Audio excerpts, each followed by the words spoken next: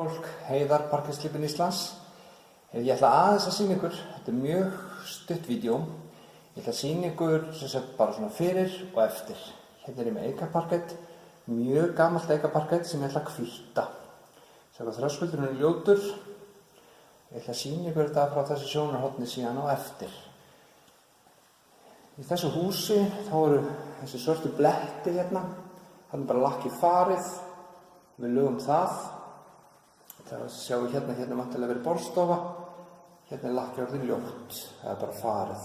Orðið svona svart gólfið eftir það. Ég ætla að sýna ykkur eftir. Ég er búinn að hvíta þetta. Slípa þetta. Gera þetta flott. Það er svo lokið. Ég er búinn að hvíta gólfið. Og eins og við sjáum núna að þetta er mikill munur. Mikill munur, sjáum hvað það er mikið fallegra. Þröskuldurinn góði, orðin allt annar, öðlast nýtt líf.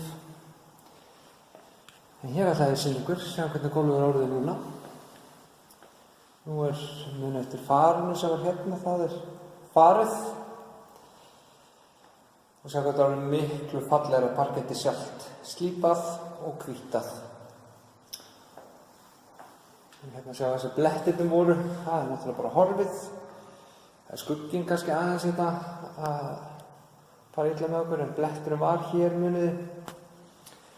En þetta er orðið mun fallegra gólf, allt annað að sjá þetta.